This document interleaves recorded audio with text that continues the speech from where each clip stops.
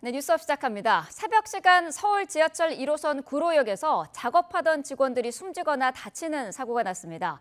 선로 점검 차량과 작업 차량이 충돌한 건데요. 출근길 열차는 정상 운행 중인 것으로 파악됐습니다. 자세한 소식 취재기자실에서 알아보겠습니다. 김희영 기자. 네, 김희영입니다. 네, 자 이번 사고가 언제 난 겁니까? 네, 오늘 새벽 2시 반쯤입니다. 이 사고로 30대 남성이 현장에서 숨졌고 한 명은 심정지 상태로 병원에 옮겨졌지만 끝내 숨졌습니다. 현장에 있던 또 다른 2명도 다쳐서 병원으로 옮겨졌습니다. 고압선로를 정비하던 직원 3명이 작업 차량 바스켓에 올라타 있었는데 옆쪽에서 선로 점검을 하던 차량이 이 바스켓을 충돌한 것으로 추정됩니다. 경찰은 양측이 서로를 발견하지 못한 것으로 보고 정확한 사고 원인을 조사하고 있습니다. 코레일은 사고 현장이 새벽 5시 10분쯤 수습됐다고 밝혔습니다. 구로역에서 출발하는 전철은 오전 5시부터인데요.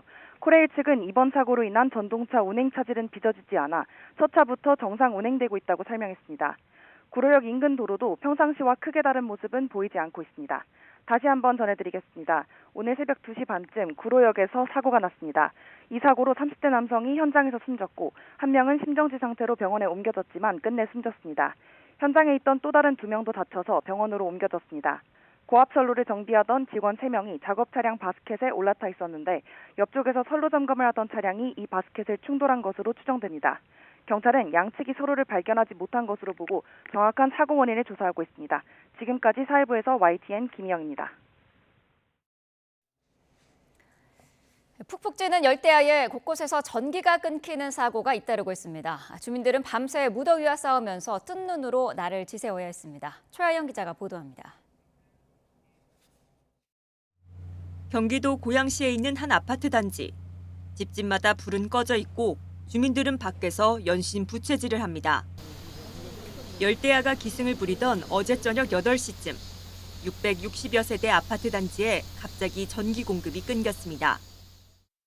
당황스럽고 이제 뭐 날씨는 덥지만 않고 열대야만 아니더라도 좀 참겠는데 많이 답답하죠. 계속 너무 더워가지고 저도 이제 집에 있는 것보다는 밖에 이제 카페 있는 데 가서 잘 쉬면서 이제 전기도 필요하니까 핸드폰 충전하기. 아파트 측은 자체 변압기 고장으로 정전이 발생한 것으로 파악했습니다. 하지만 복구가 늦어지면서 주민들은 날이 밝을 때까지 맨몸으로 더위와 싸웠습니다. 앞서 어제 오후 4시쯤엔 부산 연제동에 있는 아파트에서도 전기가 끊겼습니다. 날도 더운데 밤 늦게까지 정전이 이어지자 주민들이 원인을 묻기 위해 바깥으로 모여들었습니다. 저는 31층 사는데 네. 올라가지도 못하고 냉장고는 이미 아예 엉망됐을 거고 밖에 너무 후덥지근하고 꿉꿉하고 이런데. 아파트 전기 설비 문제로 정전이 발생한 것으로 파악됐지만 정확한 원인을 찾지 못해 복구가 늦어진 겁니다. 아파트 측이 오늘 오전에 다시 점검에 나서기로 하면서 주민들 불편은 날이 새도록 이어졌습니다. YTN 최하영입니다. 네, 윤석열 정부 들어 5번째로 단행되는 특별사면에 김경수 전 경남지사와 조윤선 전 청와대 정무수석 등이 복권 대상에 오른 것으로 알려졌습니다. 윤석열 대통령은 조만간 심사 결과를 토대로 사면 복권 대상자를 최종 결정할 전망입니다. 김태원 기자입니다. 윤석열 정부 들어 5번째 단행되는 이번 특별사면에 김경수 전 경남지사가 포함된 것으로 알려졌습니다. 박성재 법무부 장관을 위원장으로 하는 법무부 사면심사위원회가 교수, 변호사 등 외부 위원 5명과 함께 심사한 끝에 김 전 지사를 복권 대상 명단에 올리기로 한 겁니다. 김 전 지사는 드루킹 댓글 조작 사건으로 지난 2021년 징역 2년을 확정받았지만 이듬해 형기 만료를 5달 남기고 사면돼 석방됐습니다. 하지만 이때 복권은 되지 않아서 2027년 12월까지 피선거권이 박탈돼 선거에는 출마할 수 없는 상태였습니다. 김 전 지사의 복권이 최종 결정되면 피선거권이 회복돼 오는 2026년 지방선거와 2027년 차기 대선 출마가 가능해집니다. 문학의 블랙리스트 사건으로 1년 2개월 형기를 마친 조윤선 전 청와대 정무수석도 이번 복권 대상자 명단에 포함된 것으로 전해졌습니다. 앞서 함께 기소된 김기춘 전 대통령 비서실장이나 김관진 전 국방부 장관은 지난 2월 사면됐지만 당시 조 전 수석은 대상에서 제외됐었는데 이번에 복권된다면 추후 정치 활동엔 마찬가지로 지장이 없을 것으로 보입니다. 이 밖에도 박근혜 정부가 보수 성향 단체를 불법 지원했다는 이른바 화이트리스트 사건으로 복역한 현기환 전 정무수석이나 국정농단 사건에 연루됐던 안종범 전 청와대 정책수석 등도 복권 대상에 오른 것으로 전해졌습니다. 이명박 정부 시절 정치 개입 등 각종 정치 공작을 벌여 복역하던 중 지난해 가석방돼 풀려난 원세훈 전 국정원장도 파면으로 남은 형을 면제받게 될 걸로 보입니다. 윤 대통령은 심사 결과를 바탕으로 오는 13일 국무회의에서 최종 사면 대상자를 확정할 것으로 보입니다. YTN 김태원입니다. 북한 주민 1명이 강화도 앞 교동도로 귀순했다고 우리 군이 밝혔습니다. 물이 빠진 틈을 타서 도보와 수영으로 건넜는데 북한 주민이 서해 쪽으로 귀순한 건 지난해 5월 이후 1년 3개월 만입니다. 조수연 기자가 보도합니다. 이른 아침 북한 주민이 한강하구 남북 중립수역을 넘어 교동도에 도착한 것으로 확인됐습니다. 우리 군은 이 주민이 남쪽으로 향하는 것을 목격하고 귀순 의사를 확인한 뒤 절차에 따라 조치했다고 밝혔습니다. 이 주민은 교동도 앞 전방에 물이 빠진 틈을 타 일부 구간을 걸어오다가 물이 찬 부분은 맨몸으로 수영해온 것으로 알려졌습니다. 처음에는 감시 장비에 2개의 점이 포착됐다가 1개는 사라진 것으로 알려졌습니다. 우리 군은 이상 징후를 포착한 뒤 몇 시간 동안 추적하다가 이 주민이 남쪽으로 넘어온 것을 확인했습니다. 이어 신병을 확보한 뒤 관계기관에 인계했으며 현재 남하 과정과 귀순 여부 등에 대해 조사 중입니다. 국회 국방위원회 전체 회의에 출석한 신원식 국방부 장관도 현재 조사가 진행 중이라며 공개할 수 있는 부분이 있으면 보고하겠다고 말했습니다. 저희가 사실은 출발 지점부터 계속 감시를 해서 유도를 했던 성공적인 작전이었기 때문에 교동도는 북한과 직선 거리로 2.5km밖에 떨어져 있지 않아 2012년 이후 4년 연속 교동도로 귀순하는 사례가 잇따르기도 했습니다. 북한 주민이 서해로 귀순해온 것은 지난해 5월 가족 9명이 귀순한 이후 1년 3개월 만입니다. 이번 귀순에 따른 북한군의 특이 동향은 포착되지 않았지만 탈북을 막기 위해 경계를 강화하고 있는 가운데 귀순이 이루어져 그 배경이 주목됩니다. YTN 조수연입니다. 군사기밀 유출 혐의로 구속된 국군 정보사령부 군무원에 대해 간첩 혐의가 추가됐습니다. 이런 가운데 정보사 내에서 군 장성 간 법적 다툼까지 이어지자 국방부는 대대적인 개선 조치를 예고했습니다. 김문경 기자입니다. 정보사령부 소속 군무원 A씨가 중국인에게 넘긴 자료에는 우리 측 블랙 요원의 명단이 담겼습니다. 해외에서 신분을 위장하고 활동하던 공작 요원들입니다. 신변이 노출된 이들은 급거 귀국했는데 방첩사는 A씨에 대해 간첩죄를 추가한 뒤 군 검찰로 사건을 넘겼습니다. 해당 자료가 북한으로 흘러들어간 정황이 추가 수사 과정에서 포착된 것으로 보입니다. 군 수사기관에서 그 혐의를 포함해서 검찰로 송치했습니다. 국회 국방위에서도 관련 내용에 대한 추궁이 이어졌습니다. 내부 조력자가 더 있는 게 아니냐는 지적과 함께 사전에 막지 못한 지휘 책임도 소홀했다는 질책이 이어졌습니다. 내부 조력자가 있다고도 의심이 되고 이런 상황인데 본부에서는 어떻게 판단하고 있어요? 이렇게 모자를 3개 쓰고 있기 때문에 지휘관리 감독이 소홀할 수밖에 없는 거 아니겠습니까? 기밀 유출에 사과한 신원식 국방장관은 정보 업무에 큰 공백은 없다며 대대적인 혁신 조치를 하겠다고 강조했습니다. 이번 일을 계기로 전반적인 혁신, 후속 조치는 좀 강하게 할 생각입니다. 이런 가운데 최근 정보사 내 장군 간 폭력과 하극상 논란 등이 맞물리자 국방부는 정보사 내부 조직이나 업무 분야에 대한 개선 방안을 종합적으로 검토하고 있다고 덧붙였습니다. YTN 김문경입니다. 이번 파리올림픽에서 삼성 스마트폰이 참가 선수 모두에게 지급됐죠. 북한 선수들에게 지급된 게 대북 제재 위반이 아니냐 논란이 됐었는데 IOC가 이를 공식 부인했습니다. 이종원 기자입니다. 파리올림픽 탁구 혼합복식 시상식. 동메달을 목에 건 우리 선수들과 은메달을 따낸 북한 선수들이 함께 어울려 셀카를 찍고 있습니다. 외신들은 셀피 외교라며 스포츠맨십이 돋보인 명장면으로 소개했습니다. 빅토리 셀피에 사용된 스마트폰은 공식 후원사인 삼성전자가 특별 제작한 제품으로 이번 올림픽 참가 선수 전원에게도 지급됐습니다. 먼저 우리 선수들 잘해갖고 너무 기분 좋았고요. 마케팅도 잘 된 것 같아서 그런데도 보람이 있었습니다. 이미 해외 중고거래 사이트엔 올림픽 에디션 한정판으로 소개되며 많게는 우리 돈으로 300만 원이 넘는 가격에 거래되고 있다는 보도까지 나왔습니다. 그런데 이 스마트폰을 두고 대북 제재 위반 가능성이 제기됐습니다. 미국 자유아시아 방송 RFA는 IOC를 인용해 북한 국가올림픽위원회도 선수촌 삼성체험관에서 참가 선수들 몫에 스마트폰을 일괄적으로 받아갔다고 보도했습니다. 문제는 스마트폰 같은 전자기기는 군사용으로 전용될 수 있는 이중용도 성격의 제품이라 유엔 안보리 제재 결의에 따라 대북 공급이나 판매, 이전이 금지되어 있다는 점입니다.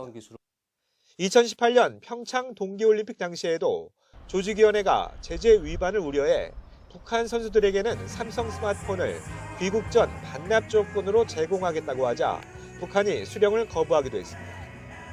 이슈화가 됐으니까 반납할 수도 있을 거고 가지고 간다고 해도 본인들이 쓸 수는 없죠.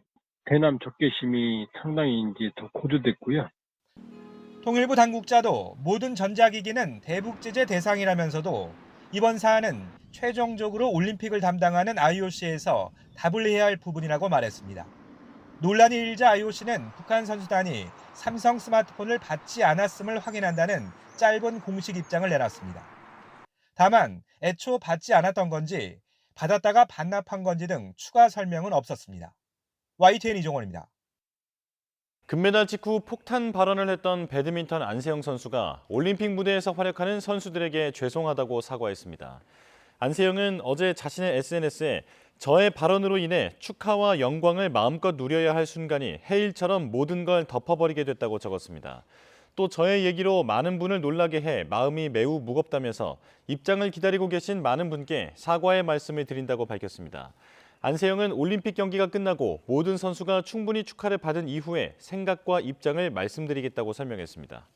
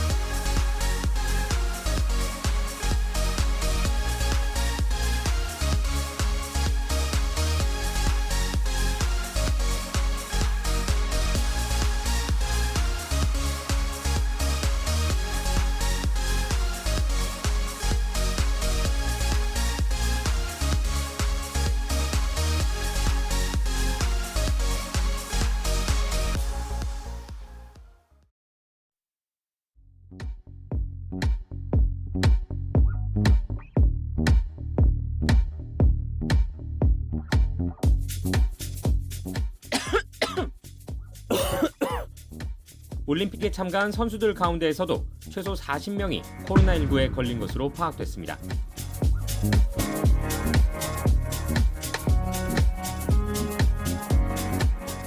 특히 7월 넷째 주에는 급성호흡기 감염증으로 병원에 입원한 환자 3명 가운데 1명은 코로나19 환자였습니다.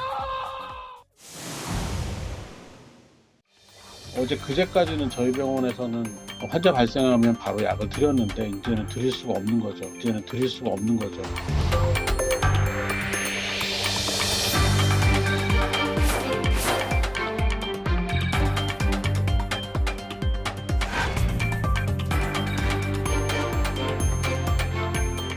여름철 코로나19 대유행이 예고됐는데도 대처가 미흡했던 게 아니냐는 지적과 함께 지금이라도 정부 차원의 대책이 필요하다고 강조합니다.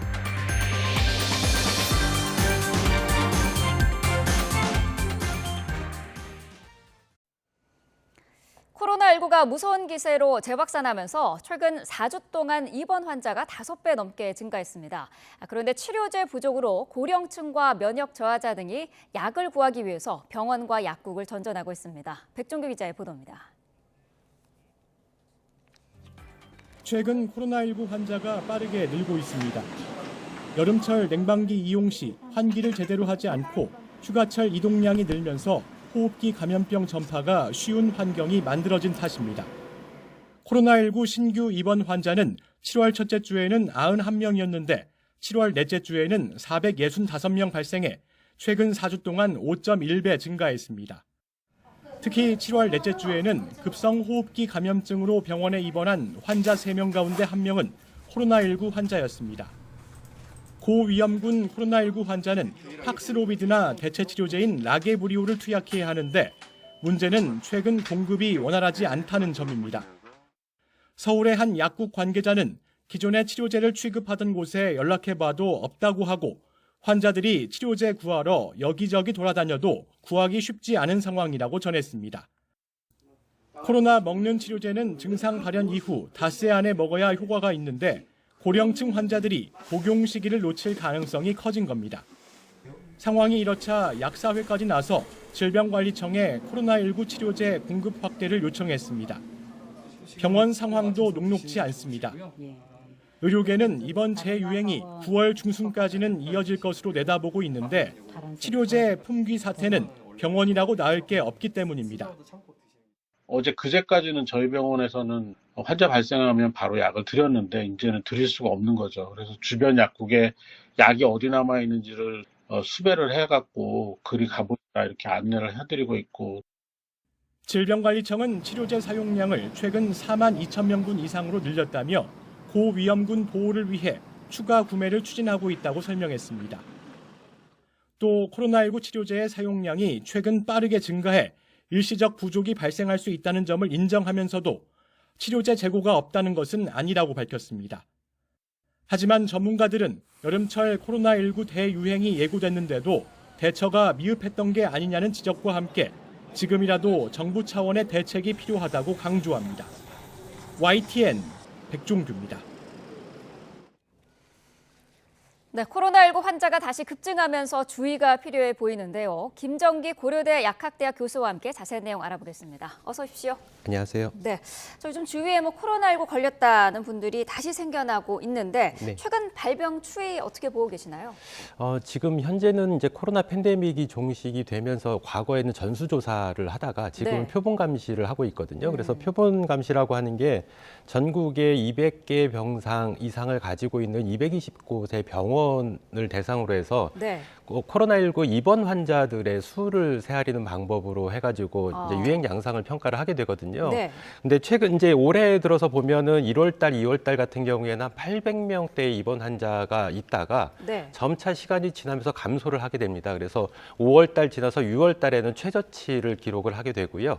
그 뒤에 7월 달로 접어들게 되면서 다시 입원 환자 수가 증가하기 시작합니다. 네. 그래서 지금 화면에 나오는 것처럼 800명대에서 5월에 120명까지 줄었다가 6월에 최저로 69명까지 나오게 되고요. 그다음에 7월 달 들어서면서 91명. 근데 7월 마지막 주 같은 경우에는 465명까지 5.1배 정도 입원 환자 수가 증가를 하고 있거든요. 네. 이 입원 환자 수가 증가를 했다는 얘기는 전체적으로 확진자까지는 아니어도 이제 과거에 확진자라고 얘기했던 감염자의 규모가 크게 증가했다 이렇게 볼 수가 있습니다. 네, 말씀하신 것처럼 입원 환자만 통계에 지금 잡히고 있다면은 통계에 잡히지 않은 그런 감염 환자는 일상생활에서 훨씬 많을 것이다 이렇게 볼 수 있겠네요.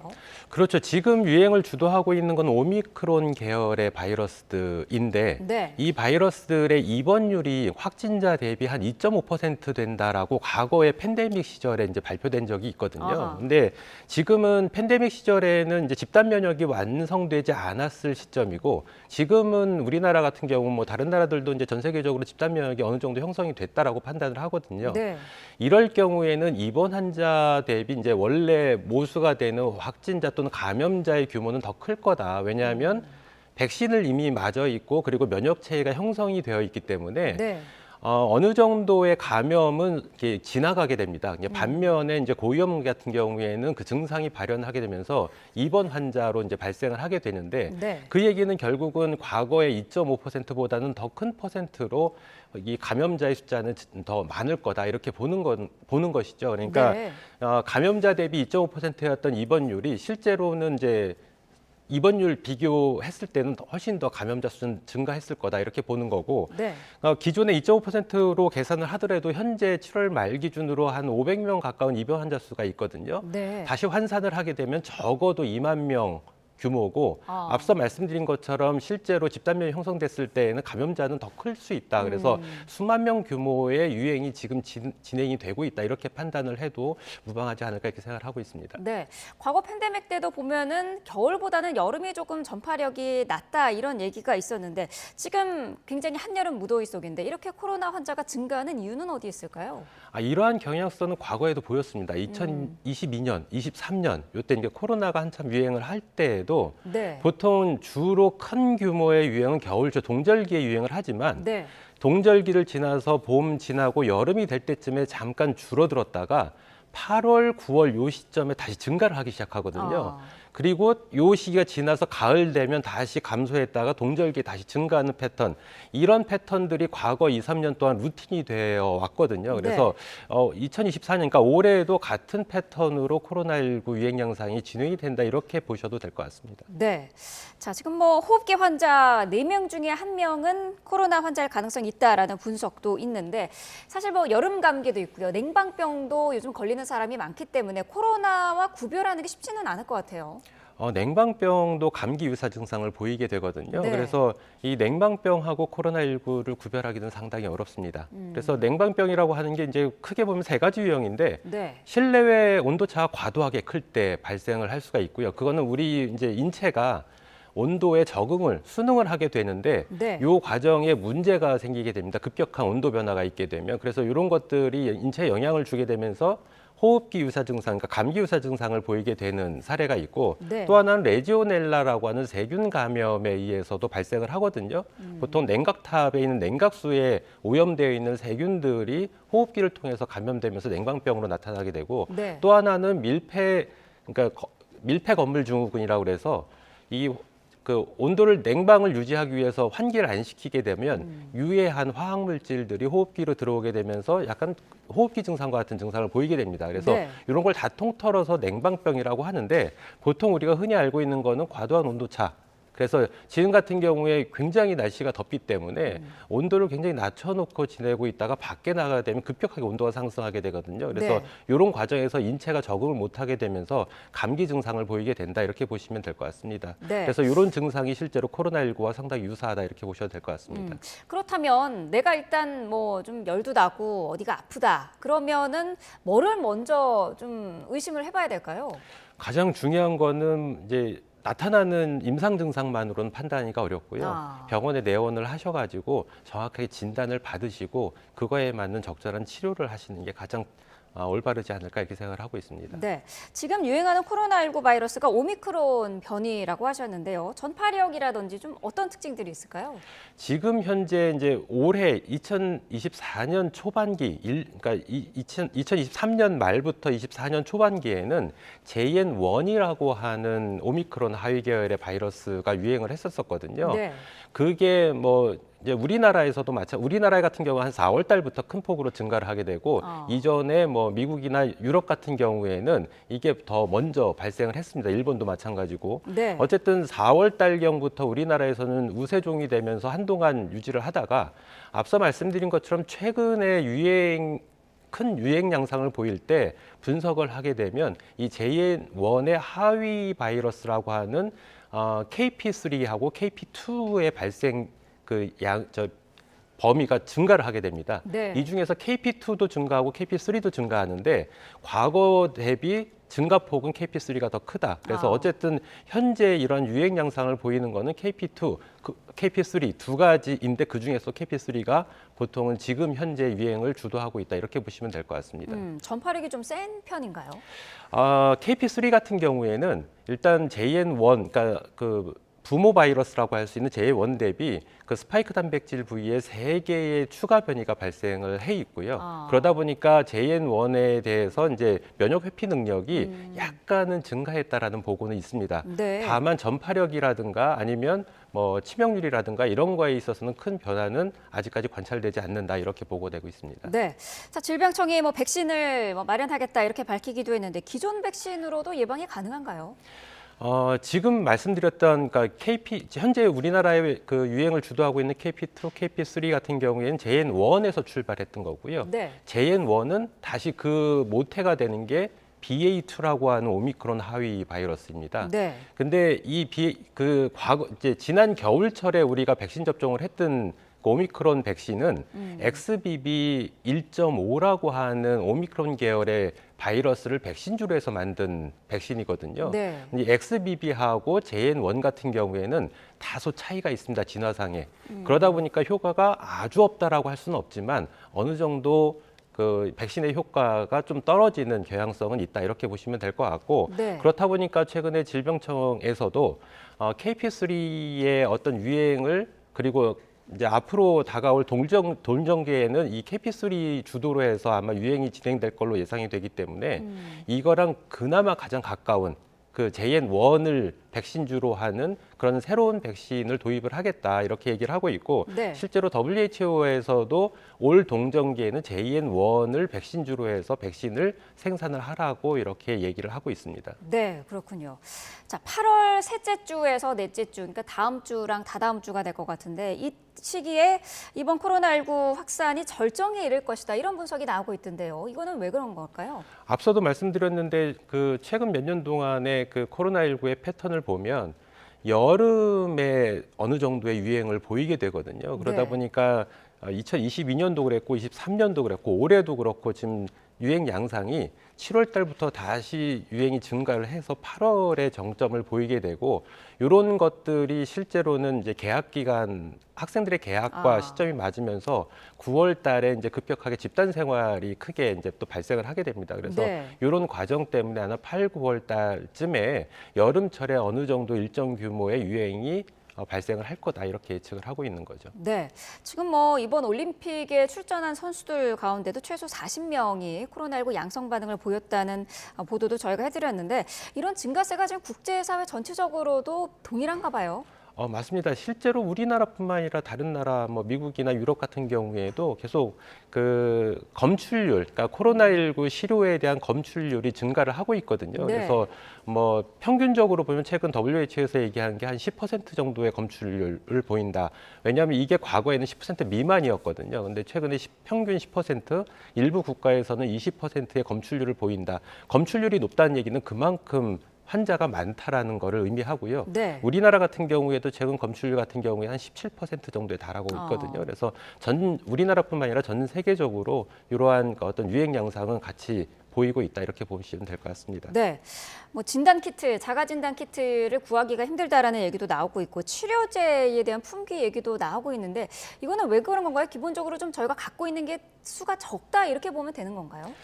이 팬데믹이 종식이 되면서 그리고 우리나라 같은 경우에도 위기 단계가 뭐 점차 하향 조정되면서 지금 굉장히 낮은 수준으로 유지가 되고 있거든요. 네. 그러다 보니까 이 팍스로비드의 비축량을 상당히 줄여놓은 부분도 있다라고 볼 수가 있습니다. 네. 다만 이제 한 가지 아쉬운 부분, 그러니까 저뿐만 아니라 다른 전문가들도 지금 얘기하고 있는 게 보통 코로나19 팬데믹이 루틴이 된 게 물론 큰 폭의 유행은 동절기에 오지만 지금과 같은 요 여름 8, 9월 달에도 일정 규모의 유행이 발생을 하거든요. 그래서 네. 이런 거를 미리 예측을 해서 비축량을 조금 늘려놨으면 지금 앞서 화면에서 나왔던 그런 치료제의 품귀 현상은 좀 미연에 방지할 수 있지 않았을까라는 아쉬움을 저뿐만 아니라 많은 전문가들이 얘기를 하고 있습니다. 네, 말씀하신 것처럼 곧 개학 시즌이 오기도 하고 휴가철이 끝나면서 이제 전국에 있었던 이제 이동했던 사람들이 모이면서 더 확산할 가능성도 있어 보이는데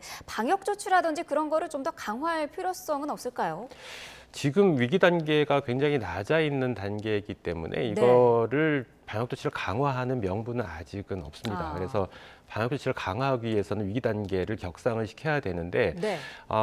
지금 이제 일상으로 돌아온 지 꽤 오래됐거든요. 그리고 보면은 건강한 사람들 같은 경우에는 큰 문제가 없습니다. 다만 문제가 되는 부분이 65세 이상의 고령층, 소위 얘기하는 고위험군이 문제가 되고 있습니다. 그래서 네. 이 고위험군에 대한 어떤 방역 조치의 권고나 이런 것들을 수시로 주의를 시키시는 게 더 맞는 방법이 지금 단계에 전 국민적으로 방역 조치를 강화하는 거는 다소 무리가 있지 않을까라는 생각을 가지고 있습니다. 네, 개인적으로 좀 주의를 많이 해야겠군요. 네네. 네. 자, 지금 코로나 중환자들 같은 경우에는 치료할 수 있는 방법 중 하나가 이제 음압병동, 그게 이제 있는데 지금 사실 의정 갈등이 심한 상태여서 상급 종합병원에는 인력난이 심각한데요. 만약에 이런 코로나의 그 과거 같은 대유행 이런 상황이 온다면은 병원에서도 굉장히 부담이 클 것 같아요. 과거와 같은 대유행, 그러니까 병상 부족 문제, 그러니까 지금 의정 갈등을 배제하고 나서 차치하고 네. 과거와 같은 그런 병상 부족 문제까지 발생할 정도로 큰 폭의 유행은 기대하기는 조금 예측하기는 좀 어렵지 않나 이런 생각을 가지고 있습니다. 네. 근데 문제는 말씀하신 것처럼 요즘에 의정 갈등이 있다 보니까 뭐 전공의들 이제 숫자도 굉장히 부족하고 네. 그러다 보니까 입원할 수 있는 입원실도 상당히 제한적일 수가 있거든요. 근데 이런 것들이 입원 환자가 늘어나는 것과 맞물리게 되면 네. 똑같은 유사한 효과, 과거에 코로나19가 굉장히 많이 확산을 하게 되면서 병상이 부족했던 것과 유사한 어떤 결과를 초래할 수도 있지 않을까 이런 생각을 가지고 있습니다. 네.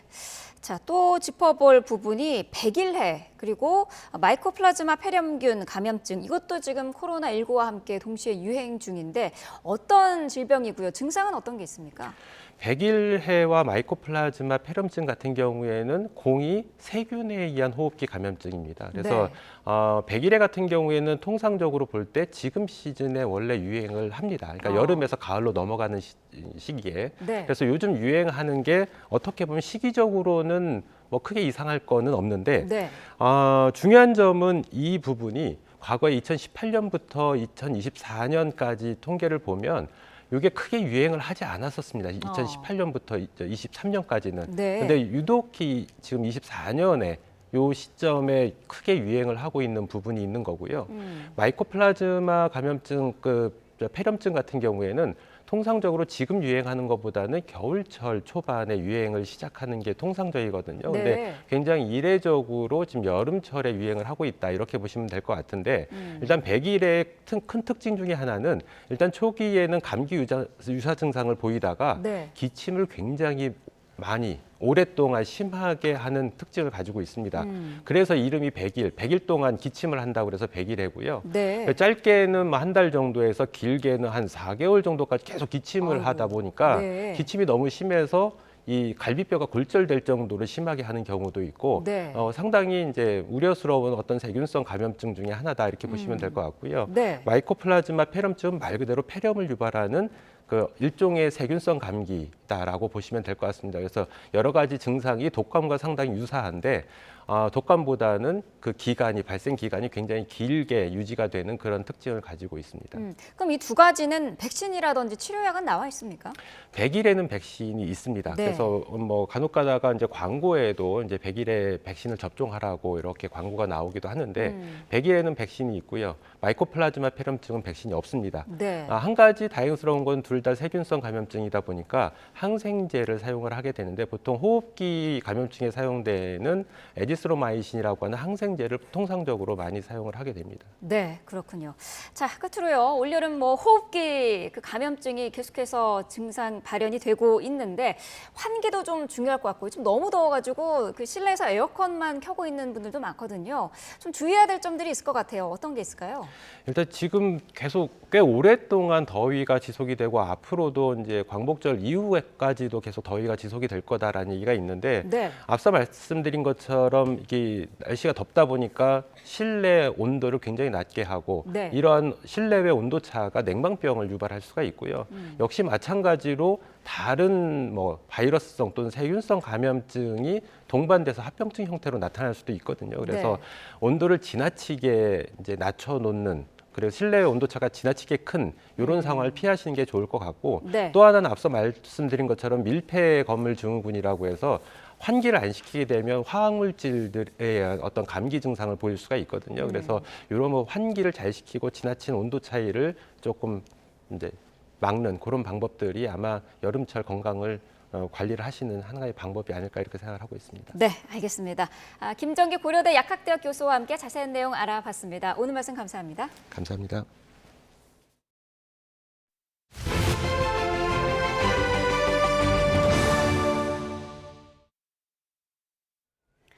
네, 올여름 폭염이 예년보다 길어질 것이란 전망이 나왔습니다. 이에 따라 열대야 연속 일수 기록도 경신될 가능성이 커졌습니다.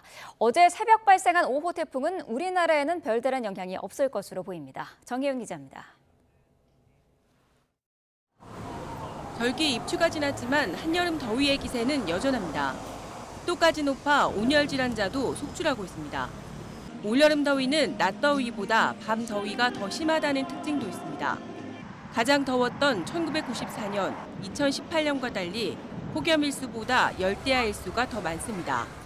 강한 서풍 계열 바람이 서해상의 수증기를 우리나라 쪽으로 공급을 하면서 밤에도 기온이 잘 떨어지지 않는 그러면서 열대야 일수가 좀 많이 나타나는 그러한 특성의 이 같은 찜통 더위가 길어질 수도 있다는 전망이 나왔습니다. 기상청은 우선 이번 주말에도 우리나라 상공에 고기압이 강화하고 서해상에 수증기가 유입되며 폭염이 지속하거나 강화할 것으로 예상했습니다. 특히 서울은 주말 사이 연속 열대야 일수가 3위 안에 들 가능성도 있습니다.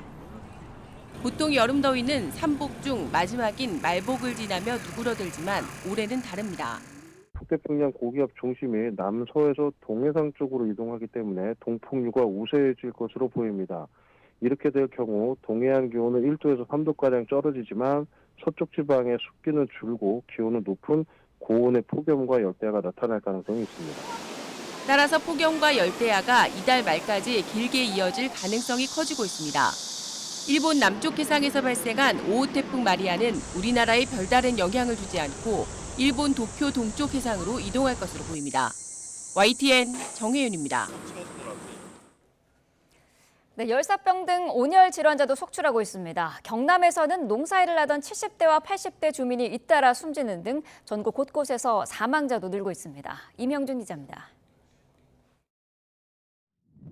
경남 산청군 단성면 비닐하우스 안에서 혼자 참깨를 털던 70대 여성 A씨가 쓰러졌습니다. 우연히 발견한 이장이 119에 신고해 의식이 없는 상태로 병원으로 옮겨졌는데 끝내 숨졌습니다.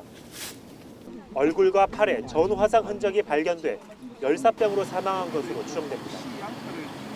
당시 비닐하우스 내부 온도는 54도.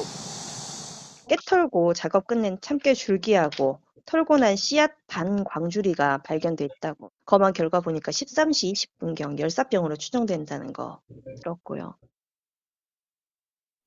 이보다 2시간 반 전쯤 창녕군 유어면 논에선 80대 남성 B씨가 쓰러진 채 발견됐습니다. 추정 사인은 온열에 의한 급성 심장사. 경찰은 사후 강직 정도로 미뤄 발견되기 하루 전 이미 숨진 것으로 보고 있습니다. 현장 조사했을 때는 몸 앞에 엎드려져 있는데 어깨, 무릎, 감기 오고 얼굴 부위 시간이 확인된 상태였다고 합니다. 신고자가 알려졌다고 하시네요. 찜통 더위 속에 경남 지역을 비롯해 전국 곳곳에서 온열 질환자가 크게 늘면서 이처럼 사망 사례도 잇따르고 있습니다. 정부는 야외 활동 자제를 당부했습니다. 특히 농촌에선 가장 무더운 낮 시간대는 농작업을 중단하고 논밭에 나가지 않는 게 좋습니다. 그늘이나 차양막처럼 햇볕을 피할 공간을 확보하고 수분을 규칙적으로 섭취해야 합니다. 또 고령 인구가 많은 농촌 지역 특성상 안부 전화 등으로 건강을 수시 확인하는 것도 필요합니다. YTN 이명준입니다.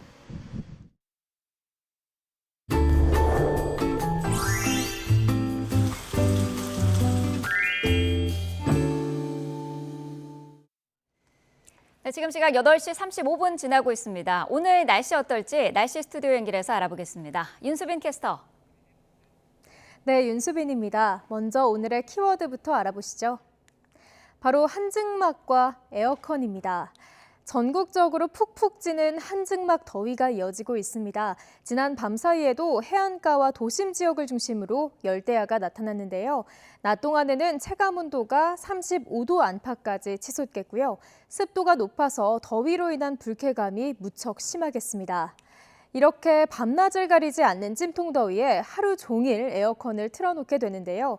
전력 사용량을 최대한 줄이기 위해서는 처음부터 낮은 온도, 강한 바람으로 에어컨을 가동하시는 게 더욱 효율적이고요.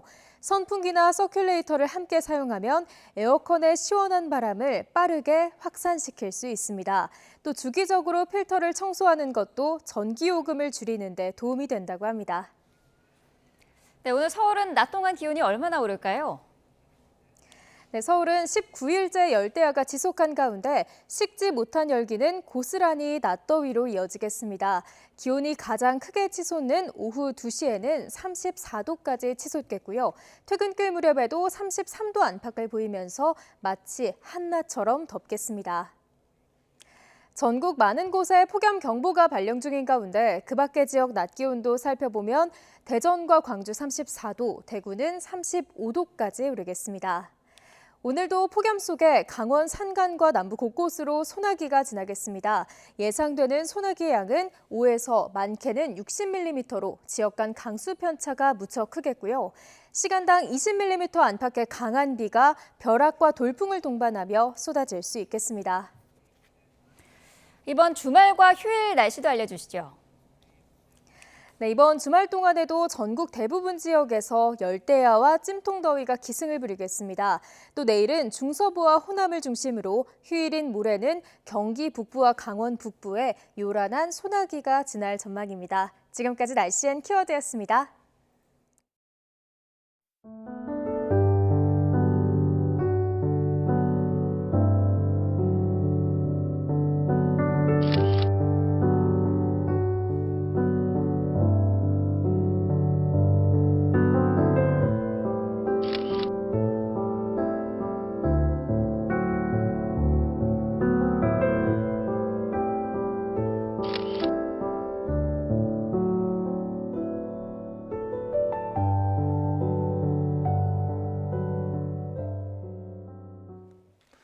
여야가 서로 이견이 없는 비쟁점 법안을 8월 국회에서 처리하기로 뜻을 모았습니다. 하지만 민생 입법을 위한 여야정 협의체 구성은 불발됐습니다. 정인용 기자입니다.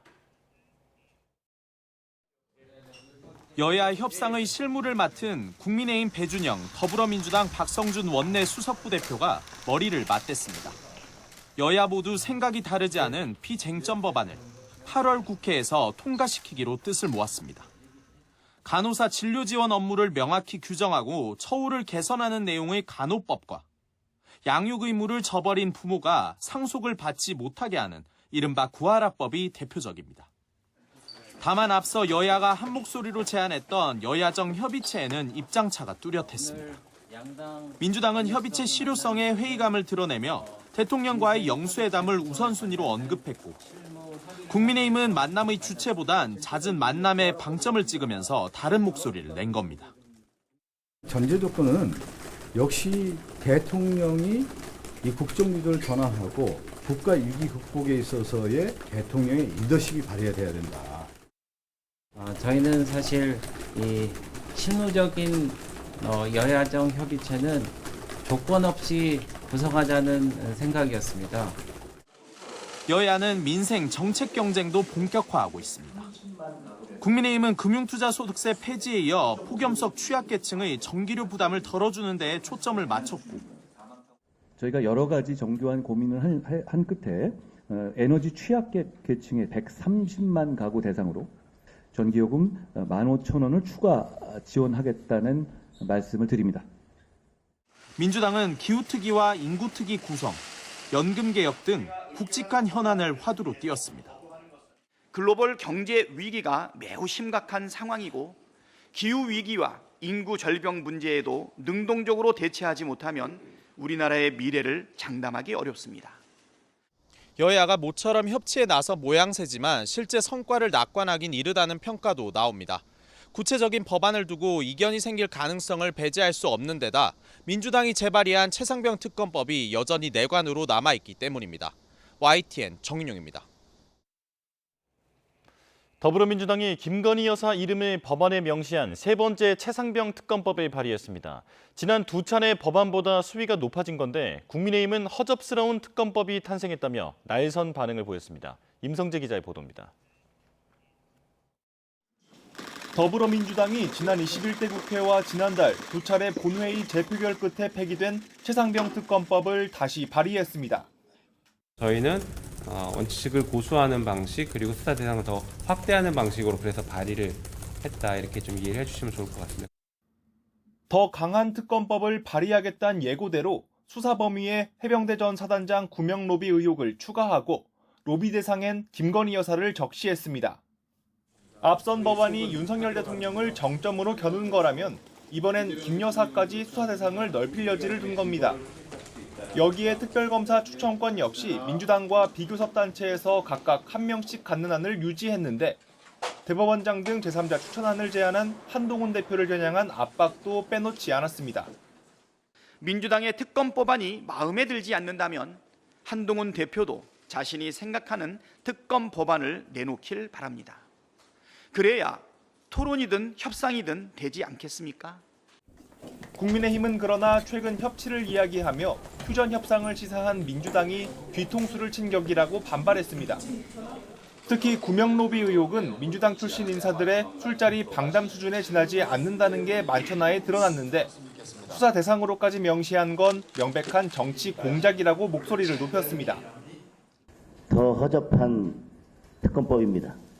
경제 위기와 민생 해결에 정말 진정성이 있다면 이제라도 특검법에 대한 집착과 고집을 그만 내려놓아야 할 것입니다.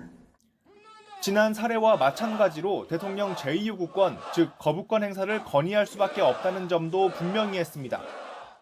위헌적 요소가 명확한 조항을 그대로 둔 특검법을 계속해서 발의하는 것은 헌법이 보장한 대한민국의 삼권 분립 체제를 무시하는 행위입니다.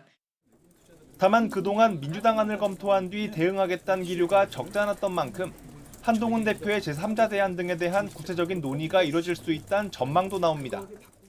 하지만 현재로선 특검 압박 수위를 높이고 있는 야당과 특검을 탄핵 공작으로 규정한 여당이 좀처럼 접점을 찾지 못하고 있어 또다시 전국이 급격하게 얼어붙을 거란 관측이 적지 않습니다. YTN 임성재입니다. 국회 과학기술정보방송통신위원회는 더불어민주당 등 야당 단독으로 방송문화진흥회 이사 선임 과정 등의 규명을 위한 방송장악 1차 청문회를 엽니다. 국회 탄핵소추안 통과로 직무정지 상태인 이진숙 방송통신위원장과 위원장 직무를 대행하는 김태규 부위원장, 권순범 KBS 이사와 권태선 박문진 이사 등은 청문회 증인으로 채택됐지만 불출석 사유서를 제출한 것으로 알려졌습니다. 이에 따라 민주당은 오는 14일과 21일 추가 청문회를 계획하고 있습니다. 하지만 과방위 소속 여당 의원들은 법원이 박문진 이사 효력을 정지시킨 만큼 본안 판결이 나올 걸로 예상되는 오는 26일까지는 관련 청문회를 중단해야 한다고 촉구하고 있습니다. 고 김대중 전 대통령의 동교동 사저 매각 논란과 관련해 삼남인 김홍걸 전 의원이 처분 한 달여 만에 처음으로 입을 열었습니다. 민간 기념관 운영을 약속받고 사저를 매각한 것이라고 밝혔는데 정치권에서는 논란이 커지고 있습니다. 이준엽 기자입니다. 사저 논란 중심에선 상속 당사자 김홍걸 전 의원이 매각이 최선은 아니지만 차선이었다는 입장을 내놨습니다. 거듭된 재건축으로 인해 문화재 지정 신청을 했다가 실패하는 등 고 이희호 여사의 유지처럼 공공기념관을 만들려는 시도는 좌초됐다는 겁니다. 여기에 17억 원에 달하던 상속세로 어려움을 겪는 상황에서 민간기념관으로 운영하겠다고 약속을 한 독지가가 나타나 팔았다고 해명했습니다. 정부나 지자체에서 못하는데 정치인들이 얘기를 한다고 해서 과연 될 것인가? 김 전 의원은 김대중 재단 측도 사저를 팔 수밖에 없었던 상황인 걸 알고 있었고 정치권에선 매각 사실이 알려진 뒤 전화 한 통 없었다고 주장했습니다. 제 상황은 이미 말씀드렸고 몇 달 전부터 매각될 수밖에 없다는 걸 아셨지만 다른 말씀을 저한테 주시지 않았다는 거죠. 동교동계 원로들은 제 얼굴에 침 뱉기를 우려하며 김 전 대통령 아들과의 진실 공방은 피하려 하면서도 상속세가 매각 이유라는 건 사실이 아니라고 반박했습니다. 재단이 이미 지난해 2월 김 전 의원에게 상속세는 충분히 마련할 수 있을 액수를 지급하고 사절을 인수하기로 했지만 계약을 앞두고 집을 사겠다는 다른 큰 손이 나타나자 김 전 의원이 변심했다는 겁니다. 김홍걸 의원에 대해서는 이제 신뢰가 전혀 없더라고요. 그쪽 그 동교동 쪽 사람들이. 요번에 또 저는 뭐 그 욕심 때문에 저 사고를 쳤다. 뭐 되게 지금 그런 분위기더라고요. 민주당 내에선 박지원 의원이 전 재산을 내놓겠다고 나서는 등 뒤늦게 대책 논의에 나섰습니다. 당 일각에서 국비 매입 필요성을 제기하자 여권에선 민주당 돈으로 하라고 맞받으며 여야 공방도 벌어졌습니다. 국비와 서울시비 필요하면 마포 구비도 보태서 매입하고 이 공간을 공공공간으로 만들어 문화유산화할 것을 제안합니다. 도대체 이 나라 좌파들은 왜 나라 돈 빼먹는 데만 혈안이 되어 있는지 모르겠습니다. 제발 민주당에서 전부 다 한 100억 원 정도 마련해서 민주당 재산을 좀 매입했으면 좋겠습니다. 김대중 재단 측에선 다방면으로 매수자를 접촉해 다시 사절을 사들일 방법을 모색하겠다는 방침입니다. 민주화 투쟁의 산실로 의미가 적잖은 곳인 만큼 김대중 정신 계승을 강조하는 민주당이 보다 적극적으로 나서야 한다는 지적도 나옵니다. YTN 이준엽입니다. 김경수 전 경남도지사가 다가오는 8.15 광복절 복권 대상에 포함된 것으로 전해졌습니다. 법무부는 어제 오후 2시부터 정부 과천청사에서 사면심사위원회를 열고 광복절 특사 복권 후보자를 심사한 결과 김 전 지사와 조윤선 전 청와대 정무수석 등을 복권 대상자 명단에 포함한 것으로 알려졌습니다. 김 전 지사는 지난 2021년 7월 드루킹 댓글 조작 사건으로 징역 2년을 선고받고 복역하다 재작년 사면됐습니다. 하지만 복권되지 못해 피선거권이 없는 상태였는데 최종적으로 복권되면 오는 2026년 지방선거와 2027년 차기 대선 출마가 가능해집니다. 문학의 블랙리스트 사건으로 1년 2개월 형기를 마친 조 전 수석도 복권된다면 추후 정치 활동에 지장이 없을 전망입니다.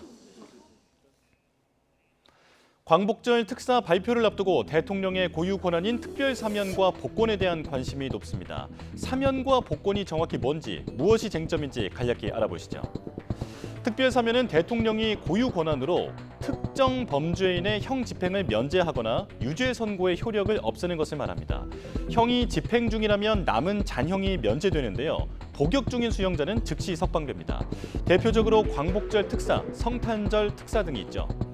그렇다면 특별 사면 대상자는 어떻게 선정할까요? 우선 법무부 사면심사위원회가 대상자를 심사하고 법무부 장관이 명단을 대통령에게 보고합니다. 그 다음 국무회의 의결을 거쳐 대통령이 최종 결정하죠. 윤석열 대통령은 오는 13일 광복절 특사 대상자를 확정할 예정입니다. 그렇다면 복권은 뭘까요? 특별 사면을 받으면 남은 형의 집행이 면제되지만 형의 선고로 상실한 자격까지 회복하는 건 아닙니다. 이걸 대통령이 고유 권한으로 되살려주는 게 바로 복권인데요. 정치인의 경우 선거에 출마할 수 있는 피선거권이 핵심입니다. 현행법상 금고 이상 형을 받은 사람은 피선거권이 없는데 그 형의 실효 기간은 5년으로 정하고 있습니다. 쉽게 말해서 출소하고 나서도 5년 동안은 피선거권이 제한된다는 건데요. 만약 복권이 이루어진다면 피선거권도 곧바로 살아납니다. 이렇게 특정인의 형벌을 면제해주고 자격까지 되살려주는 권한이다 보니 대통령의 사면 복권에 대한 논쟁은 과거부터 이어져 왔습니다. 갈등을 봉합하고 사회 통합을 이룰 수 있는 도구로서 이대로 유지돼야 한다는 의견과 누구나 법 앞에 평등하다는 원칙을 훼손하고 정치적 편파성 논란이 발생하니 손봐야 한다는 의견이 팽팽하죠. 대통령의 사면 복권, 어느 쪽이 정의에 더 부합하는 걸까요?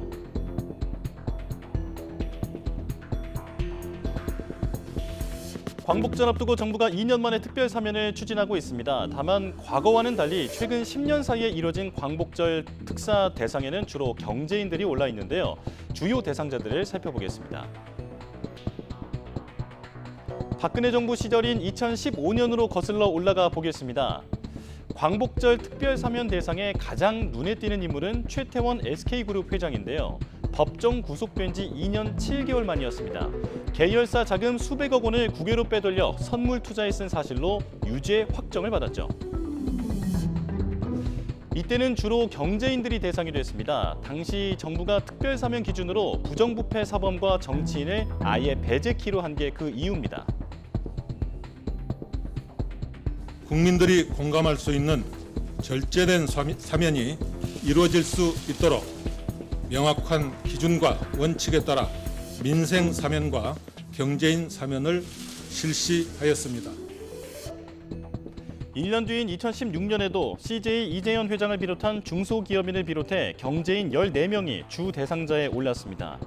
이후 문재인 정부 시절엔 신년과 3.1절에 주로 특별 사면이 단행돼서 광복절 특사는 따로 없었는데요.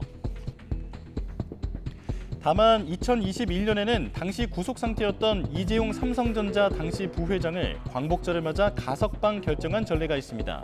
이때 형 자체가 사면된 건 아니었는데 윤석열 정부인 2022년이 되어서야 광복절 특사에서 이 부회장이 사면 대상에 포함됩니다. 이때 이름을 올렸던 주요 대상으로는 신동빈 롯데그룹 회장이 특별 사면과 함께 복권됐고요. 장세주 동국제강 회장과 강덕수 전 STX 회장이 각각 사면 대상이 됐습니다. 특별 사면은 사법부에서 내린 판단을 행정부에서 뒤집는 고도의 정치적 행위인 만큼 그 기준에 있어 논란이 불가피해 왔습니다. 역대 정부에서 특사 대상에 어떤 정치인과 기업인을 포함할지를 두고 많은 설왕설래가 있었던 이유인데요. 그래서 이번에도 과연 어떤 인물들을 최종적으로 특별 사면 대상에 포함하고 제외할지 주목받고 있습니다.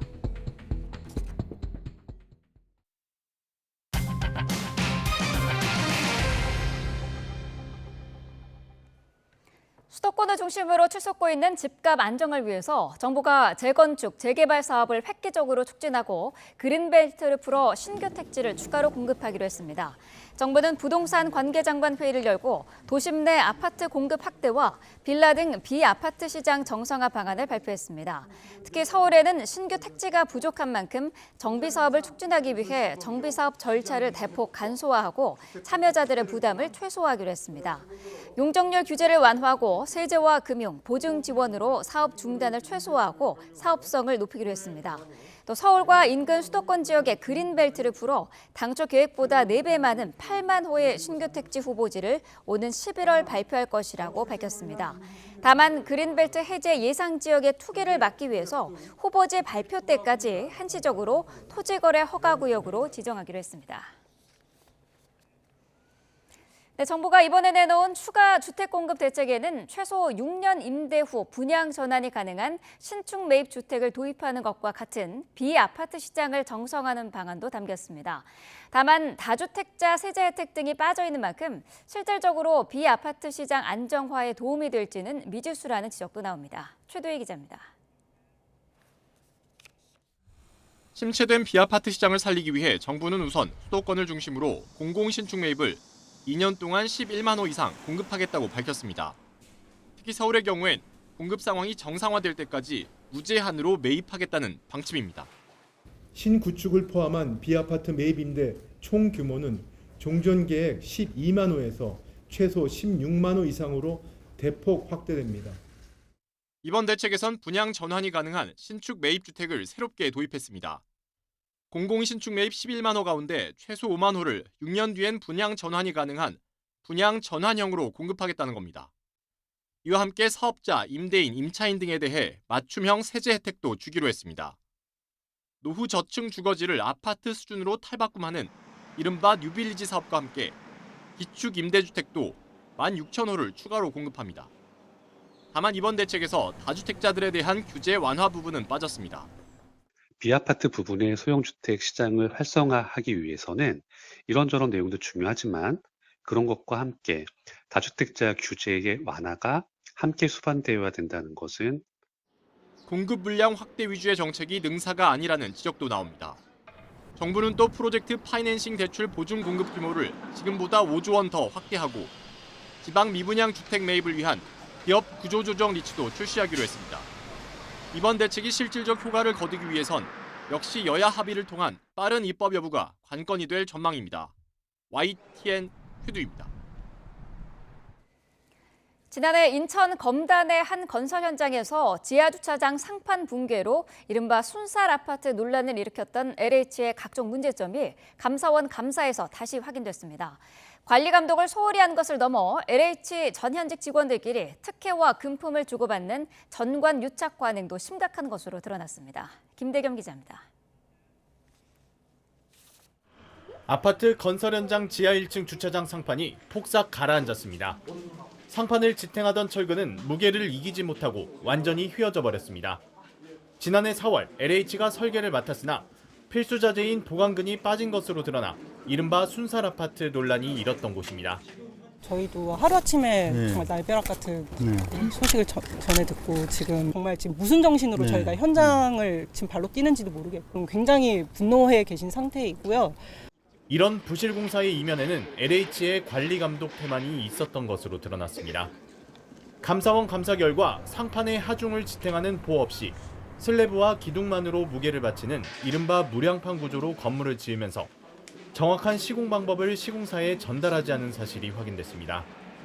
그 결과 필수 자재인 전단 보강근이 도면에서 빠지거나 설치 위치가 잘못되는 등의 문제가 발생했다고 감사원은 지적했습니다. 무량판 공법을 적용한 102개 공공주택 사업지구 가운데 20%인 23곳에서 이 같은 문제점이 드러났습니다. 건축사무소가 구조설계 용역을 규정과 달리 하도급 또는 재하도급하고 있는 것을 그대로 승인하거나 미승인 하도급하는 것을 방치하고 있던 사실을 확인하였습니다. 이른바 전관 유착도 심각했습니다. 전 LH 직원이 재취업한 업체에는 설계상 오류를 확인했어도 벌점을 매기지 않거나 품질이 떨어져도 우수 통지서를 발급해주는 등 일 처리가 허술하게 이루어졌습니다. 전관업체에서 받은 상품권으로 200만 원대 명품 가방을 구매하고 30여 차례 골프 접대를 받는 등 직원들의 도덕적 해이도 적발됐습니다. 감사원은 LH 직원들에 대해 인사상 문책 등을 요구하고 금품을 주고받은 전현직 직원 2명에 대해선 검찰에 수사 요청했다고 밝혔습니다. YTN 김대겸입니다. 인천 청라동 아파트에서 발생한 벤츠 전기차 화재 원인을 밝히기 위한 2차 합동 감식이 진행됐습니다. 국립과학수사연구원은 차량에서 확보한 배터리 팩을 정밀 감정해 결함 여부 등을 가려낼 예정입니다. 권민석 기자가 보도합니다. 화물칸 덮개를 걷어내자 뼈대만 앙상하게 남은 차체가 모습을 드러냅니다. 문짝과 바퀴, 유리창 가릴 것 없이 가공할 화염에 모조리 떨어져 나갔습니다. 처참한 고철로 눌어붙은 실내는 겨우 좌석 위치가 어디였는지만 구분할 수 있습니다. 지난 1일 인천 청라동 아파트에서 국내 최대의 전기차 화재 피해를 낸 벤츠 잔해입니다. 경찰과 소방, 국립과학수사연구원의 차량 제조사인 벤츠 관계자 등 20여 명이 2차 합동 감식을 벌였습니다. 감식 요원들은 정비소로 차량을 옮겨 배터리 팩을 비롯한 주요 부품을 분리하고 화재 관련성을 확인할 수 있는 증거를 수집하는 데 주력했습니다.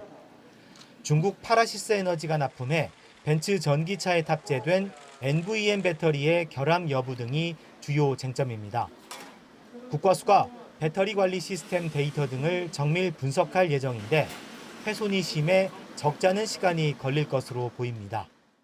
과열로 인해서 많이 녹아내린 이런 부분들인데 부분마다 아직 남아있는 부분들이 있기 때문에 아마 그런 부분을 통해서 추후에 원인을 밝히는 데 굉장히 고민을 많이 할 것으로 보고 있고, 소방당국은 아파트 방제실에서 화재 수신기를 확보해 디지털 포렌식 작업을 하며 지하주차장 스프링클러가 제대로 작동하지 않은 경위도 파악하고 있습니다. 이런 가운데 아파트엔 여전히 전기와 수도 공급이 원활하지 않아 이재민 600여 명이 임시대피소 생활을 이어가고 있습니다. YTN 권민석입니다. 네, 잇따른 전기차 화재로 불안감이 커지자 정부가 배터리 제조사 정보를 공개하는 방안을 검토하고 있습니다. 이르면 다음 달 초에 발표되는 종합대책에 배터리 실명제 도입 여부를 포함시킬 계획입니다. 박기원 기자입니다. 불이 난 메르세데스 벤츠 EQE 모델에 탑재된 배터리. 뒤늦게 중국 파라시스 제품이라는 사실이 확인됐습니다. 이전까지는 차 소유주조차 배터리가 어느 회사 제품인지 알기 어려웠습니다. 불안하다는 목소리가 커지자 정부가 전기차를 판매할 때 배터리의 제조사 등 관련 정보를 공개하는 방안을 검토하고 나섰습니다. 국토부는 오는 13일 국내 완성차 제조사, 수입차 브랜드와 안전점검 회의를 열고 정보 공개와 관련한 입장을 듣기로 했습니다. 종합 대책을 지금 수립 중에 있습니다.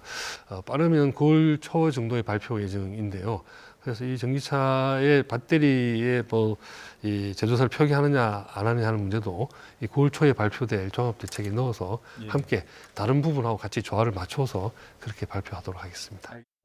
해외에선 이미 관련 제도가 정비되고 있습니다. 유럽연합과 미국은 물론이고 전기차가 빠르게 보급되고 있는 중국에선 이미 배터리 제조사 정보가 공개되고 있습니다. 우리 정부도 차주가 직접 배터리 정보를 등록할 수 있는 서비스를 운영하고 있지만 일부 수입차의 경우 참여하지 않고 있습니다. 국내 완성차 업계에선 일단 국토부의 방침을 따르겠다는 입장이지만 기업 정보 공개를 정부 방침으로 강제하는 것도 통상 문제로 불거질 수 있어 정부의 고민도 깊어지고 있습니다. 우리 배터리 산업에 부담으로 적용할 수 있다는 지적도 나옵니다. 단기적으로 그렇게 소비자들의 불안감은 좀 완화시킬 수는 있겠지만요. 우리 배터리 업체들이 약간의 성장세가 둔화될 가능성이 있거든요. 왜냐하면 배터리 산업 자체의 경쟁력을 계속해 유지 강화할 수 있는 그러한 정부의 정책 방향도 있어야 되죠. 이런 가운데 전기차를 실어나르는 선박에서의 안전 기준도 강화됩니다.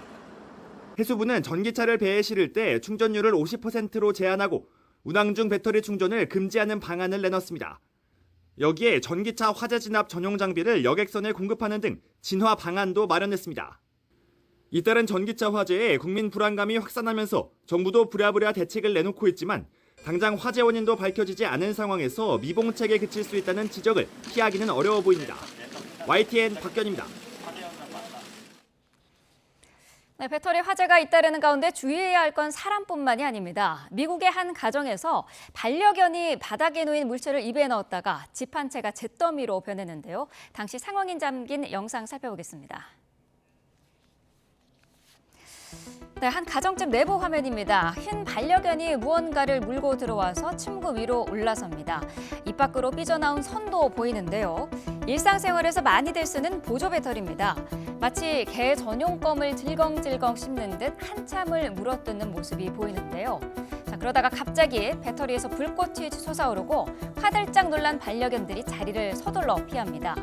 침구 위에 놓인 배터리의 불꽃이 주변 침구류들을 불쏘시개 삼아 화재로 이어지는 과정이 보이는데요. 이 영상은 지난 5월 미국 오클라호마주 털사 지역에 있는 한 주택에서 촬영됐습니다. 당시 집안에는 개 2마리와 고양이 1마리가 있었는데 다행히 무사히 탈출했다고 합니다. 집은 모두 불에 탄 것으로 파악됐습니다. 이 영상을 SNS에 공유한 현지 소방당국은 주의를 당부하면서 특히 반려동물뿐만 아니라 아이들이 배터리를 만지지 못하도록 유의해달라고 당부했습니다.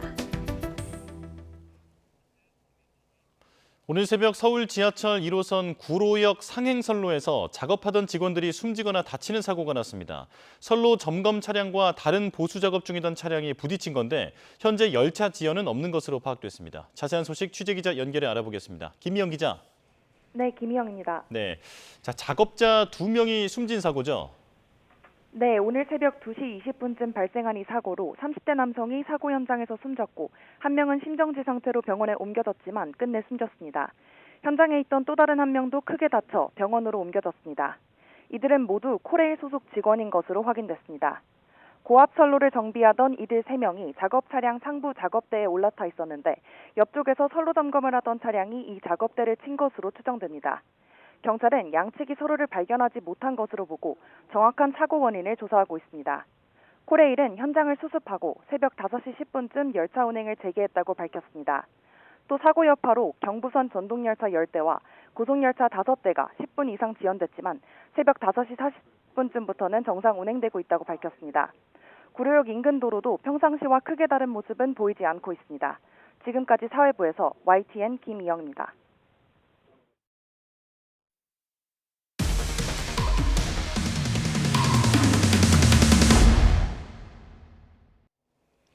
지난 3월 헤어진 전 연인의 직장에 흉기를 들고 찾아가 살해하려 한 부산 먼키스패너 살인 미수 사건이 있었죠.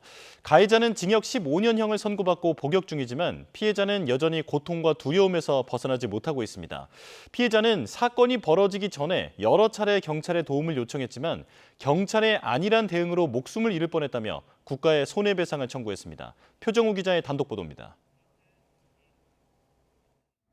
지난해 3월 A씨는 전 남자친구가 자신에게 몽키 스패너를 휘두르고 난 뒤에야 악연을 끊어낼 수 있었습니다. 머리를 먼키 스패너로 내리쳐서 왼쪽 머리가 한 7cm 정도가 찢어졌고, 근데 이게 의료진의 말에 따르면 칼이 그 흉기가 조금만 더 들어갔으면 심장을 찔러서 피해자께서는 사망했을 것이다라는. 사건 발생 후 1년 반이 지난 지금 A씨는 여전히 충격과 고통 속에 있습니다. 정신과 치료를 받는 건 물론 그날의 기억이 떠올라 다니던 직장도 그만둘 수밖에 없었습니다. A씨는 사건 초기부터 경찰 대응이 미흡했던 걸 생각하면 분하고 억울합니다. A씨는 범행 일주일 전 가해자가 집에 찾아와 흉기로 협박했는데도 경찰은 가해자의 신병을 확보하지 않고 귀가하게 하는 등 피해자 보호를 위한 적절한 조치를 하지 않았다고 지적합니다. 비밀번호 핸드폰 그냥 치고 왔던 거죠. 칼을 빼고 갑자기 제 목에 갖다 대더라고요. 나는 네 없으면 못 산다. 네 죽고 네 죽자. 더 이상 나도 살아갈 의미가 없다. 딱 이러자는 거야. 범행 당일에는 경찰이 가해자 앞에서 자신과 통화하며 자신이 피해 신고한 사실을 그대로 노출해 추가 범행의 빌미를 제공했다고 말합니다. 웃으면서 야, 니 또 경찰에 신고했더라? 이 말을 하더라고요. 내가 얼마나 우습게 보였으면 경찰에 바로 신고를 하냐. 그래서 니는 안 돼. 근데 다시 한번 기회는 줄게 하고 웃으면서 니네 다시 만날래? 안 만날래? 묻더라고요. 징역 15년을 선고한 1심 재판부도 가해자가 경찰 조사를 받던 중 피해자가 경찰관에게 연락하는 것을 목격하고 화가 나 살해할 마음을 먹은 것으로 봤습니다. 결국 A씨는 공권력인 경찰이 의무를 다하지 않아 목숨을 잃을 위험에 처했다며 대한민국 정부를 상대로 1억 5천만 원 상당의 손해배상 청구 소송을 제기했습니다. 지난달 서울중앙지방법원에 소장을 접수한 A씨는 제대로 된 보호 조치 없는 무방비 상태에서 목숨을 잃을 뻔했으며 경찰이 주어진 역할을 다했다면 피해가 발생하지 않았을 거라며 정부의 정신적 손해를 배상할 책임이 있다는 입장입니다. 경찰이 판단을 잘못했을 때, 이 범죄 예방에 대한 판단을 잘못했을 때 어떤 결과를 초래할 수 있고 경찰이 판단만 잘했더라면 결과를 미리 예방할 수 있었던 포인트가 좀 명확하게 드러났기 때문에 이 부분에 대해서는 국가 배상이 반드시 이뤄져야 된다고 생각을 하는. A씨는 교제폭력 피해자는 수사기관이 자신을 지켜줄 거라 믿고 의지할 수밖에 없는데 현실이 기대와 달라서는 안 된다고 목소리를 높였습니다. YTN 표정우입니다. 티몬과 위메프의 정산지연 사태 여파가 계속되는 가운데 결제 대행사, 즉 피지 업체들이 환불에 들어갔지만 처리 속도는 더디기만 합니다. 그런데 일부 피지사의 경우 허위 환불 요청이 많게는 14%에 달하는 등 비양심적인 행태도 잇따르고 있습니다. 황보혜경 기자의 단독 보도입니다. 서울 여의도 금융감독원 앞에 티몬 위메프 피해자들이 모였습니다. 환불 처리를 마냥 기다릴 수만은 없어 매일같이 뙤약볕 아래로 향하고 있습니다. 피해자들 보상이 될 거다 계속 매체에 나오고는 있는데 저희 여행 상품이나 이런 티켓 관련된 상품은 전혀 진행이 되지 않고요. 정부 압박에 환불 절차에 들어간 피지사들은 카드사에서 결제 취소 요청이 들어오면 티몬과 위메프에 직접 확인하는 단계를 거칩니다. 중복 환불이나 허위 접수를 막으려는 조치입니다. 그런데 피지업체 환불 조치가 본격화하면서 허위 환불 접수까지 몰리고 있는 것으로 나타났습니다. 피지업체 A사의 경우 지난달 23일부터 지난 6일까지 환불 요청건 가운데 14%가 이번 정산지연 사태와 무관한 것으로 나타났습니다. 심지어 지난 5월에 결제해 이미 배송까지 마친 80여 건 1억 400만 원어치를 환불해달라고 요청한 사례도 있었습니다. 또 다른 업체는 24년 이전 결제건까지 취소해달라고 요청하는 경우가 잇따르고 있다고 밝혔습니다. 시사에서는 티몬과 위메프에서 이미 환불받은 소비자가 이중으로 환불 요청을 하는 사례가 적발됐습니다. 이 때문에 피지사들은 시간과 인력을 더 투입해가며 일일이 데이터를 비교 검증해야 하는 실정입니다. 티몬과 위메프가 기존에 제공한 배송 증빙 데이터의 정확도가 낮습니다. 거기에다가 악의적인 환불 요청들 때문에 피지사들이 취소 제외 사례들을 일일이 확인해야 해서 정부는 일반 상품에 한해 이번 주 안에 환불을 마친다는 방침인데 이 틈을 노린 허위 환불 요청이 피해 복구를 더욱 더디게 만들고 있습니다. YTN 황보혜경입니다. 서울 도심에 폭주를 예고해 경찰이 대규모 단속에 나섰던 따릉이 폭주연맹 운영자가 경찰에 붙잡혔습니다. 그런데 잡고 보니 10대 고등학생이었는데요. 경찰은 시민들이 불안하게 한 점 등을 고려해 특수협박죄 적용을 검토하고 있습니다. 윤태인 기자입니다. 경찰차를 따돌리며 빠르게 달리다 마주오던 차량과 부딪힐 뻔했지만 멈추지 않습니다. 인도에서도 사람들 사이를 스치듯 피해가며 쏜살같이 달립니다. 보행자와 충돌하는 건 아닌지 우려되는 상황. 아찔한 질주는 인도는 물론 지구대 앞이나 심지어 마트에서도 이어집니다. 공공자전거 따릉이나 킥보드를 타고 폭주와 고개운전을 벌이는 모습. 따릉이 폭주연맹 이른바 따폭연의 SNS에 올라온 영상입니다. 따폭연은 지난 4일에는 서울 도심에서 폭주를 벌이겠다며 집결을 예고했습니다. 이로 인해 경찰이 대규모 단속에 나서야 했습니다. 도로교통법 13조 제1항에 의거해서 보도로 이용할 경우에 저희가 단속을 하고요. 그다음에 개인용 이동장치는 안전모 미착용이라든지 승차인원 초과에 대해서 중점적으로. 경찰 단속에 따폭연은 모습을 드러내진 않았지만 불안한 시민들의 신고가 빗발쳤고 경찰력도 낭비됐습니다. 경찰은 폭주 예고 뒤 나흘 만에 따폭연 SNS 계정 운영자를 검거했습니다. 그런데 잡고 보니 10대 고등학생이었습니다. A군은 또래들의 관심을 받기 위해 SNS에 글과 영상을 올린 것으로 조사됐습니다. 오는 10일에도 폭주 모임을 예고했던 A군은 경찰에 적발되자 SNS에 올렸던 폭주 영상과 사진을 모두 삭제하고 다시는 이런 짓을 하지 않고 벌을 받겠다는 사과문을 올렸습니다. 경찰은 A군이 아직 미성년자지만 시민 불안을 유발하고 폭주 예고로 대규모 경찰력까지 동원된 점을 고려해 형법상 특수협박죄 등의 적용을 검토하고 있습니다. YTN 윤태인입니다. 미국 대선이 석 달 앞으로 다가온 가운데 민주당 카멀라 해리스 부통령과 공화당 도널드 트럼프 전 대통령의 첫 TV 대선 후보 토론이 확정됐습니다. 날짜는 다음 달 10일입니다. 황보선 기자입니다. 며칠간 공식 활동이 뜸했던 도널드 트럼프 전 대통령. 플로리다 마럴라고 자택에서 연 기자회견에서 해리스 부통령에게 TV 토론을 다음 달에 3번 하자고 제안했습니다. 9월 4일 폭스뉴스, 9월 10일 ABC 뉴스, 9월 25일 MBC 뉴스에서 맞붙자는 겁니다. We have spoken to the heads of the network and it's all been confirmed other than some fairly minor details. 이 가운데 9월 10일 ABC 뉴스에서 하는 것만 확정됐습니다. ABC 뉴스는 소셜 네트워크 X에 이 사실을 알리면서 해리스 부통령과 트럼프 전 대통령 둘 다 토론에 참여하겠다는 뜻을 확인했다고 밝혔습니다.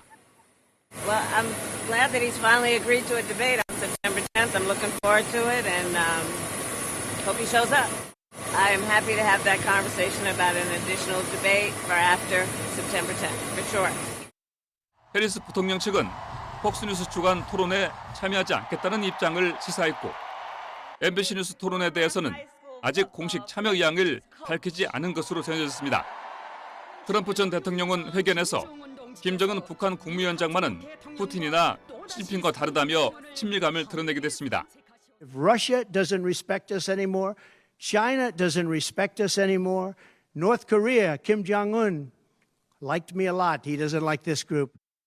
그는 또 미국 중앙은행인 연방준비제도의 기준금리 결정과 관련해서 대통령이 발언권을 가져야 한다는 주장도 했습니다. YTN 황보선입니다. 해리스 부통령과 트럼프 전 대통령이 대선 승패를 좌우하는 7개 경합주에서 오차 범위 내 초접전을 벌이고 있다는 여론조사 결과가 나왔습니다.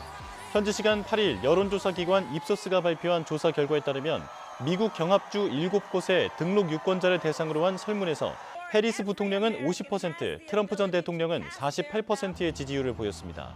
이 조사는 지난 7월 31일부터 8월 7일까지 애리조나, 조지아, 미시간, 네바다, 노스캐롤라이나, 펜실베이니아, 위스콘신에서 성인 표본 2,045명을 대상으로 이뤄졌으며 표본 오차 범위는 95% 신뢰 수준에서 플러스 마이너스 3.1%포인트입니다. 세계적인 팝스타 테일러 스위프트의 오스트리아 공연을 노린 테러 계획이 적발됐습니다. 용의자는 인터넷으로 이슬람 극단주의 조직 IS에 충성을 맹세한 10대였는데 이교도는 죽여도 된다며 자살 테러를 저지르려 한 것으로 조사됐습니다. 김도원 기자입니다. 지난 5월부터 유럽을 순회하고 있는 테일러 스위프트의 오스트리아 공연이 빈에서 열릴 예정이었습니다. 사흘간의 공연에 매일 6만 5천 명, 공연장 바깥에도 팬 3만 명이 몰릴 것으로 예상됐지만 모두 취소됐습니다. 오스트리아 당국은 공연 관람객들을 겨냥한 테러를 꾸민 혐의로 19세 소년을 체포했습니다. 이 소년은 공연장 앞에서 흉기나 폭발물로 최대한 많은 사람을 죽이려 했다고 진술했습니다. chemische Substanzen sichergestellt, Flüssigkeiten, Sprengvorrichtungen und technische Einrichtungen festgestellt. 범행 계획을 세우기 시작한 건 지난달부터 수염도 탈레반 스타일로 길렀는데 인터넷에 IS에 대한 충성 맹세를 올리고 이교도는 죽여도 된다고 하는 등 극단주의에 세뇌된 것으로 나타났습니다. 공범으로 검거된 17세 소년의 집에서도 IS와 알카에다 관련 자료가 나왔습니다. Weil der Islamische Staat, Al-Qaida wieder zurück sind, wir im Internet umfangreiche Propaganda finden, die vorwiegend von jungen Personen in Österreich konsumiert werden und die, wie man anhand dieses aktuellen Falles sieht, auch zur umfassenden Radikalisierung führen. 지난해 10월 이후 벌어진 IS 관련 테러 27건의 범인 58명 가운데 38명이 10대였다는 연구 결과도 있습니다. 특히 많은 사람이 몰리는 공연장은 테러범의 손쉬운 표적이 되고 있습니다. 주최 측은 공연 취소가 안전을 고려한 최선의 결정이었다고 밝힌 가운데 스위프트의 다음 공연이 열리는 영국 런던시는 만반의 대비를 다짐했습니다. YTN 김도훈입니다. 이스라엘 안보 내각이 현지 시간 8일 밤 비상 상황에 대비한 훈련 차원에서 긴급 회의를 열었습니다. 이스라엘 국내 정보기관 신베트의 요청으로 소집된 이번 회의는 텔아비브에 있는 군 지하 벙커에서 열렸습니다. 구덩이라는 별명이 붙은 이곳은 유사시 전쟁 상황실 워룸 역할을 합니다. 안보 내각이 이 장소에서 회의하는 것은 지난 4월 13일에서 14일 이란이 이스라엘에 대규모 공습을 감행했을 때 이후로 처음입니다. 얼굴 없는 화가 뱅크시의 동물 그림 연장 4번째 작품이 공개된 지 몇 시간 만에 도난당했습니다. 뱅크시는 현지 시간 8일 런던 남부 패컴에 있는 단층 건물 옥상에 위성 안테나에 하늘을 향해 우는 늑대를 그린 뒤 자신의 인스타그램 계정에 인증했습니다. 하지만 이날 점심 무렵 사다리를 가져온 남성 4명이 옥상에서 그림이 그려진 안테나를 떼어난 뒤 차를 타고 달아났습니다. 목격자는 이들이 그림을 가져가는데 90초가 채 걸리지 않았다고 로이터 통신에 말했습니다. 뱅크시는 지난 5일에는 염소, 6일에는 코끼리, 7일에는 원숭이 벽화를 남기는 등 최근 동물을 주제로 한 그림을 매일 공개하고 있습니다. 그룹 뉴진스와 에이티즈가 글로벌 엔터테인먼트 산업에서 가장 영향력 있는 젊은 아티스트들로 꼽혔습니다.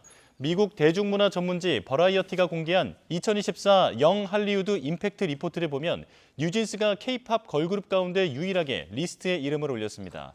버라이어티는 뉴진스가 데뷔 이후 빌보드 글로벌 200 차트에 37주 연속 이름을 올렸고 43억 회가 넘는 스트리밍 기록을 세웠다고 설명했습니다. 보이그룹 에이티즈는 큰 성장을 이룰 준비가 됐다는 뜻의 업 넥스트 아티스트로 선정됐습니다.